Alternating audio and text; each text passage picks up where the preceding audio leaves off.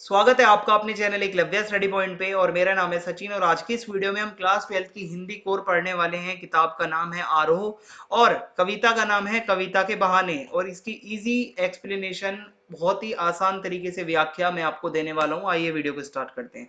उससे पहले आपके लिए एक इन्फॉर्मेशन है, हमने एक अपना नया चैनल बनाया है एकलव्य इन्फो नाम से, जहां पे हम आपकी डेली लाइफ से रिलेटेड जो प्रॉब्लम्स होती है, यानी कि आईज स्ट्रेन, ठीक है, porn addiction, social media addiction, masturbation और मतलब करियर रिलेटेड वीडियोस और भी बहुत सारी वीडियोस हैं जो कि काफी इंफॉर्मेटिव तरीके से आपको बताई गई हैं।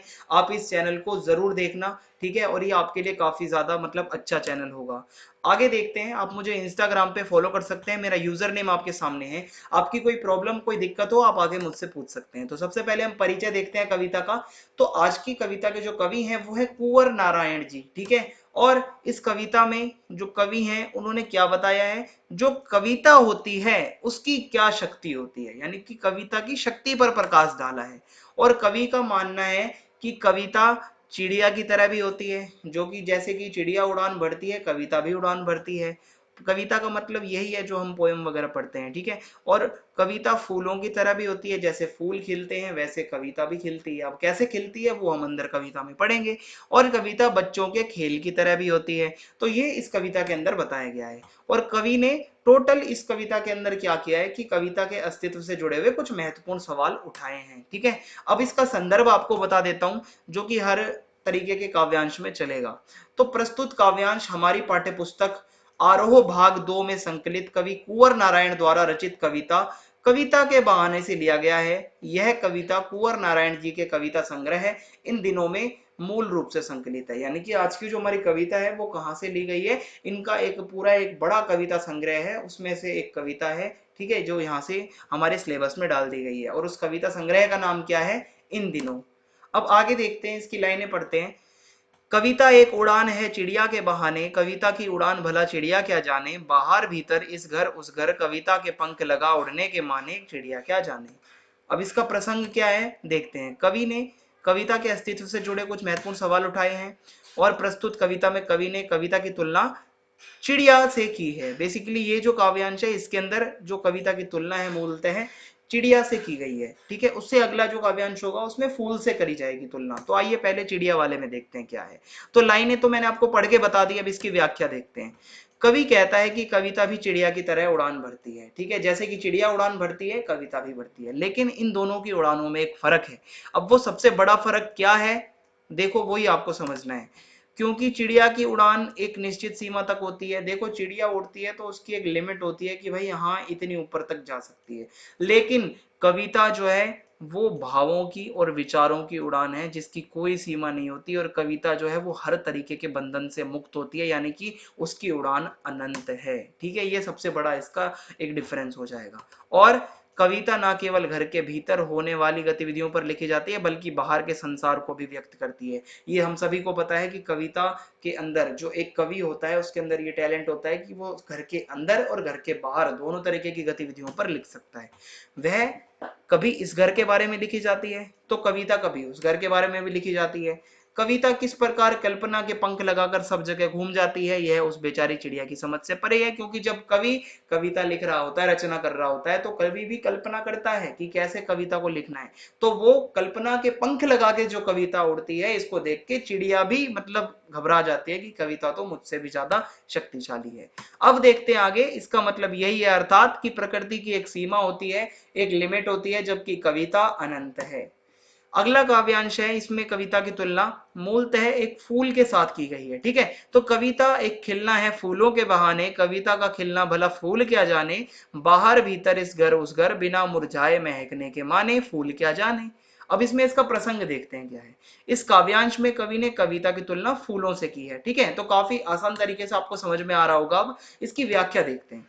इसमें कवि कवि ये कहता है कि कविता का खिलना भी फूलों के खिलने की तरह ही होता है। जिस तरीके से फूल खिलते हैं कविता भी उसी तरीके से खिलती है, लेकिन कविता के खिलने और फूलों के खिलने में एक अंतर है, ठीक है, जिस तरीके से चिड़िया की उड़ान और कविता की उड़ान में एक अंतर था, उसी तरीके से यहाँ पर भी एक अंतर है। और वो अंतर क्या है कि फूल खिलने के बाद उसमें जीवन और तत्पश्चात मुरझाकर वो समाप्त हो जाने की एक निश्चित अवधि होती है, कि फूल की एक लाइफ होती है कि वो खिला और उसके कुछ टाइम बाद वो मुरझा के खत्म हो जाएगा। लेकिन जो कविता होती है वो अजीब ही, मतलब आप ये समझ लो कि वो कभी भी मतलब इतनी जल्दी नहीं वो मर सकती, ठीक है। जैसे एक फूल उसका मतलब नष्ट हो जाता है, उस तरीके से जो कविता है वो अमर रहती है, कहने का मतलब है। फूलों की जीवन अवधि सीमित होती है, उनकी लाइफ लिमिटेड है, कविता की लाइफ अनलिमिटेड है, ठीक है। सिंपल सी भाषा में आपको समझाऊं, कविता एक बार अगर विकसित हो जाए तो वो अमर हो जाती है।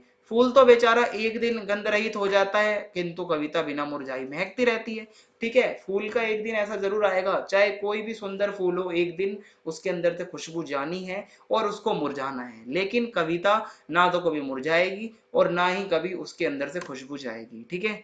अब आगे जो काव्यांश है वो है कि कविता एक खेल है बच्चों के बहाने, बाहर भीतर यह घर वह घर सब घर एक कर देने के माने बच्चा ही जाने।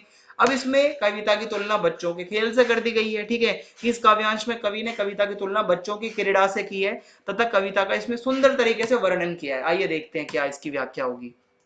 जिस प्रकार बच्चे मनोरंजन के लिए क्रीड़ा करते हैं, बच्चे खेलते हैं, ठीक है। बच्चे किस लिए खेलते हैं, उनका कोई गंभीर थोड़ी इतना कुछ होता है पीछे कारण छुपा हुआ, और वो जो बच्चे खेलते हैं वो सिर्फ और सिर्फ मनोरंजन के लिए खेलते हैं, ठीक है।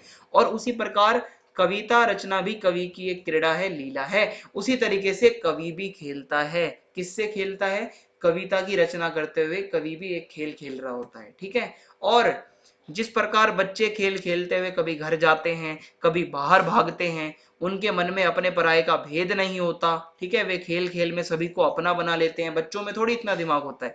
उन्हीं बच्चों के अनुसार कवि कर्म भी एक खेल है, शब्दों का खेल, ठीक है। इसी तरीके से कवि जो अपना काम करता है, जो कवि कविताएं लिखता है, ये भी एक खेल है शब्दों का, ठीक है।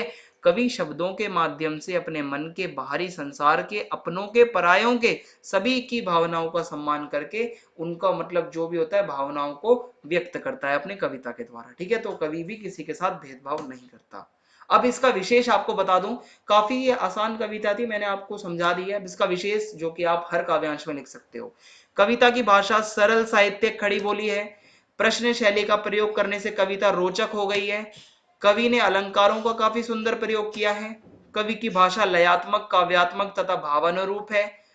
तो इसी के साथ हमारी कविता यहाँ पे खत्म होती है। अगर आपको पसंद आई हो, समझ आई हो, तो आप कमेंट करके जरूर बताना। चैनल को सब्सक्राइब करना ना भूलें, बेल आइकन को दबा देना ताकि आने वाले वीडियोस के अपडेट आपको मिलते रहें।